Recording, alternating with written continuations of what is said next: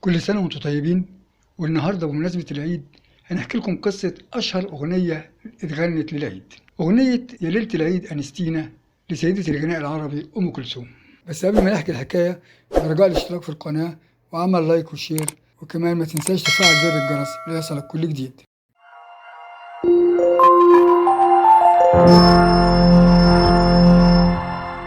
يا ليلة العيد أنستينا تعتبر الأغنية الرسمية للعيد، واللي بمجرد ما نسمعها بنعرف اوتوماتيكي كده إن العيد قرب أو إنه بكرة. الأغنية دي من كلمات أحمد رامي ومن ألحان رياض السنباطي. سمعناها أول مرة سنة 1939 في فيلم دنانير، وكانت بتمدح فيها هارون الرشيد ووزيره جعفر البرمكي. فكانت كلمات الأغنية دي بتقول: يا دجلة ميتك عنبر وزرعك في الغيطان نور، يعيش هارون يعيش جعفر ونحيي لكم ليالي العيد.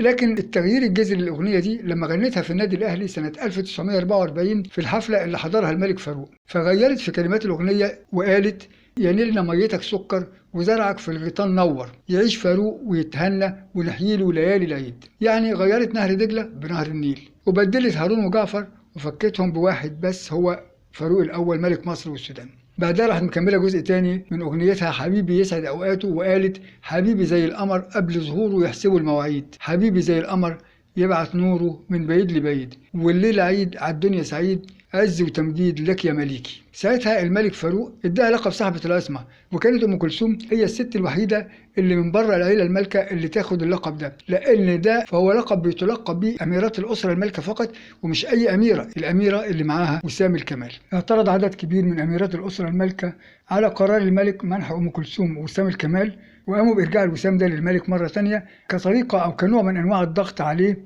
عشان يسحب قراره بمنحها وسام الكمال. لكن طبعا ده كان قرار ملكي ومرضيش الملك يسحبه، وفضلت أم كلثوم لغاية ثورة 23 يوليو وهي حاملة للقب صاحبة العصمة وحاملة لوسام الكمال. فضلت أم كلثوم من سنة 1944 لسنة 1952 تغني الأغنية دي بالكلمات الجديدة اللي بدلتها: يعيش فاروق ويتهنى ونحيي له ليالي العيد، لحد ما قامت ثورة 23 يوليو وهوب دبل كيك طلعت الملك فاروق بره التشكيلة، فراحت مغيرة الأغنية للمرة الثالثة وخلتها: يا نيلنا ميتك سكر وزرعك في الغيطان نور، تعيش يا نيل وتتهنى ونحيي لك ليالي العيد. لكن بعيد عن أي شيء وبعيد عن التغيير الكلمات دي، فضلت الأغنية دي من أعظم الأغاني اللي تم غنائها للعيد. ويا ليلة العيد أنستينا وجددت الأمل فينا، دي كانت قصة أغنية يا ليلة العيد أنستينا. وكل سنة وانتم طيبين.